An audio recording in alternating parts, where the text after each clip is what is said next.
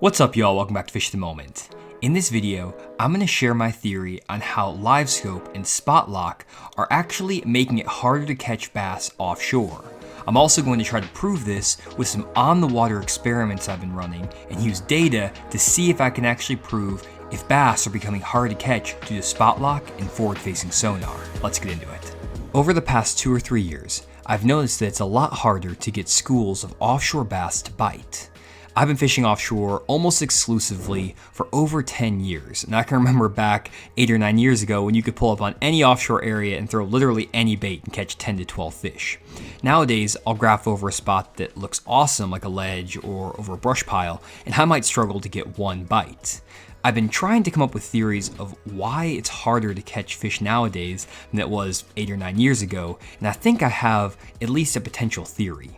There have been a couple major changes to bass fishing technology over the past couple of years that may be affecting offshore bass. Those are forward-facing sonar and spot lock trolling motors. You're probably wondering how these technologies could be hurting offshore fishing. And my theory is that because of these technologies, anglers are getting closer than they ever have before to offshore areas, and they're causing more noise than they used to before, and this is affecting how comfortable bass are to boat pressure and also to your bait when it's down there on the bottom. Let's start by talking about forward-facing sonar.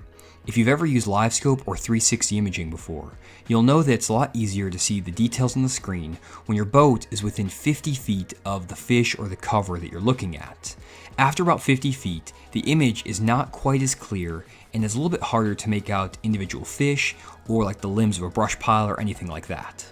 Therefore, I've noticed that a lot of anglers that use live scope will get really close to offshore areas, like within 20 to 40 feet. And this puts your trolling motor pretty close to those fish.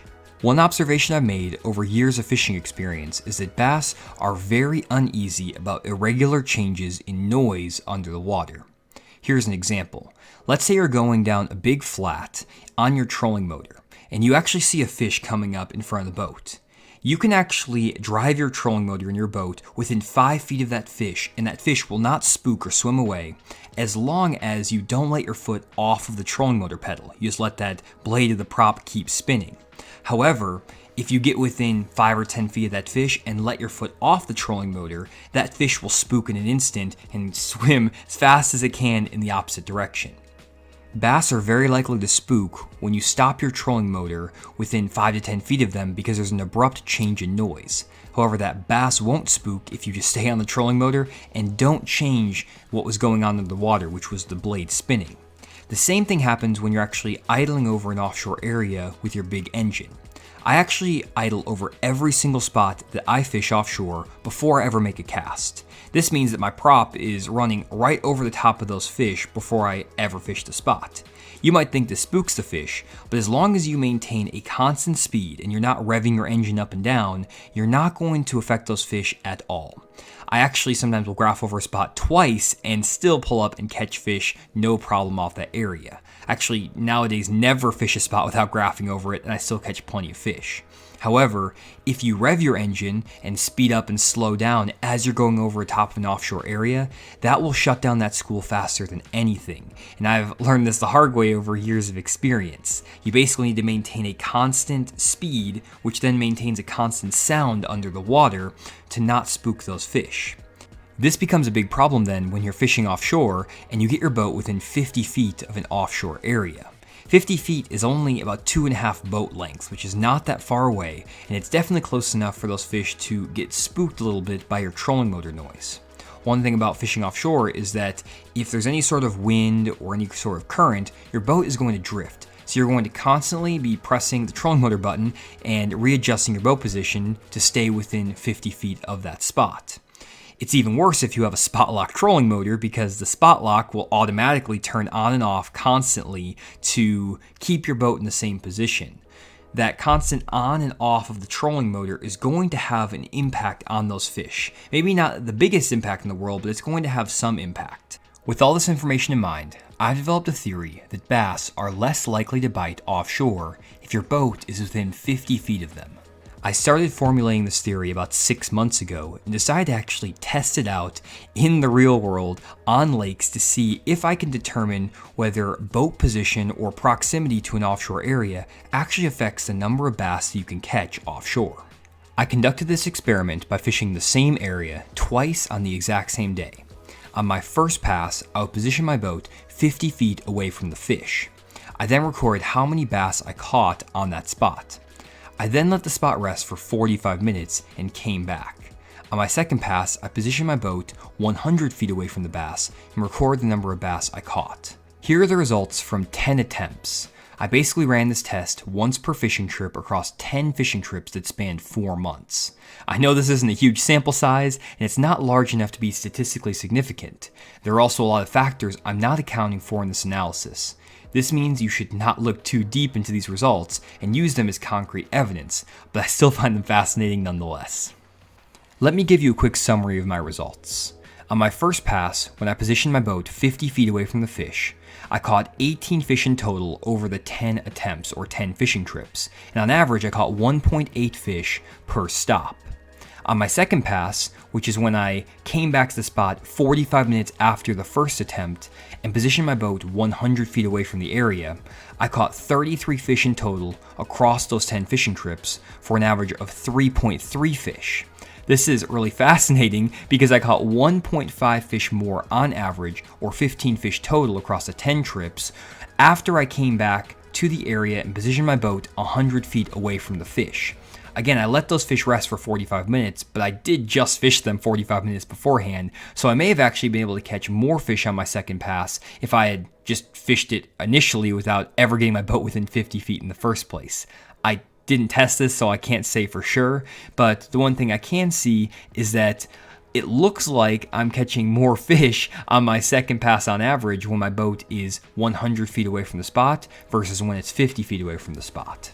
Now again, the underlying data for these results is flimsy at best, but they have made me rethink my approach to fishing offshore areas. Let me explain my new process for fishing offshore areas given the results from this test. The first change I made to my offshore fishing process is to ensure that I'm staying at least 100 feet away from an area that I want to fish at all times. I achieve this using several techniques. The first is by setting range rings on my fish finder.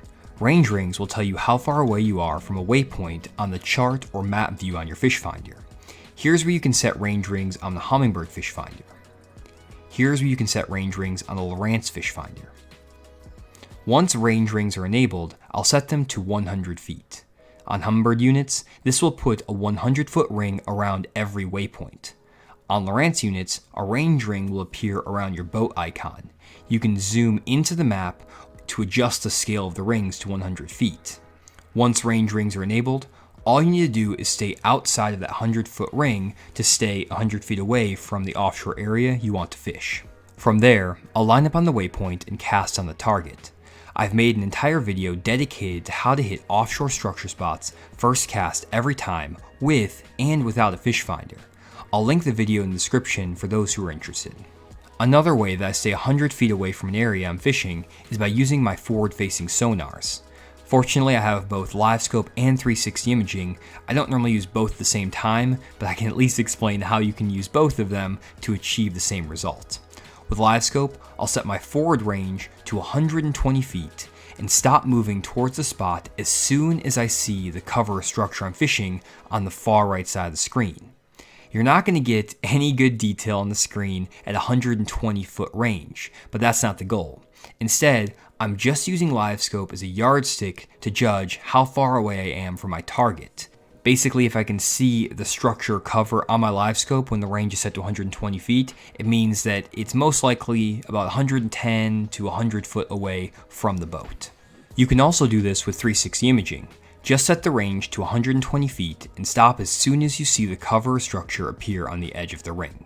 Finally, for those without forward-facing sonar or GPS, you can always drop an orange marker buoy near the offshore piece of structure that you're fishing or the fish, and then just stay 100 feet away from the buoy. You're going to have to judge with your eyes how far 100 feet is, but basically it's about a third of a football field.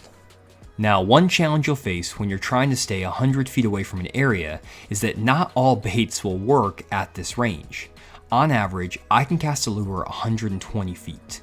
Therefore, my bait will land 20 feet past my target on average. This is an issue for baits that need to dive down to depth, like a crankbait or a jerkbait. Usually, a third of your retrieve is wasted as a jerkbait or crankbait dives to the desired depth. As a result, I don't use these baits very often with this new approach. Instead, I've been opting for baits that can fall straight down or on a slight pendulum after they hit the water. My go-to baits have been a Fish the Moment offshore jig, which is a 5/8 ounce football jig, a 1/4 ounce shaky head with a zoom trick worm, a 3, 4, or 5 inch Megabass spark shad on a 1/4 ounce head all the way up to a 1 ounce head, and also a 1/2 ounce Cumberland Pro prayer jig. If you've watched any of my recent Catch 15 challenge videos, almost all of my bass have come on one of these 4 baits.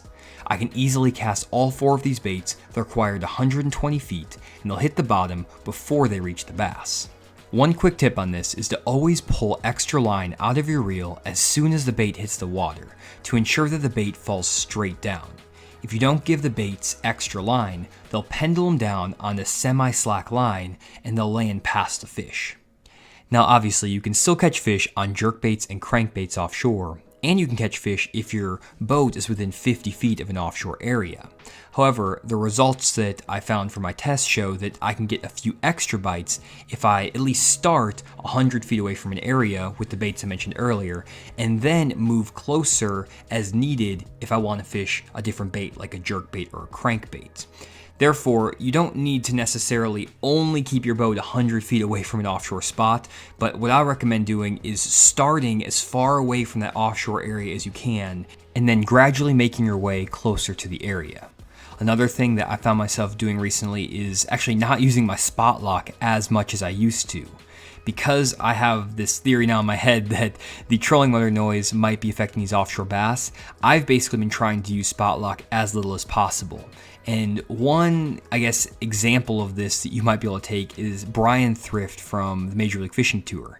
He actually avoided putting spot lock on his boat for the longest time because I feel like in my mind he's realizing that this trolling motor noise might be affecting the fish.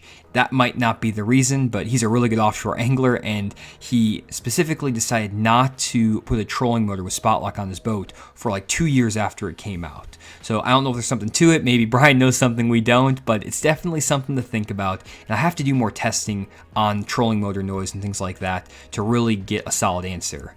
Overall, this whole video is based on a very small sample size of data, so again, I wouldn't take anything for concrete fact from this video, but I do feel like it couldn't hurt staying a little bit further away from offshore areas at first, then moving in closer, and hopefully this will help you put a few extra fish in the boat offshore. I hope you enjoyed this video, and if you want to see more videos like this from Fish the Moment, subscribe to the channel down below, and also leave a like on the video if you really enjoyed, because it definitely helps us out. Thanks again for checking out this one, and we'll see you all in the next video.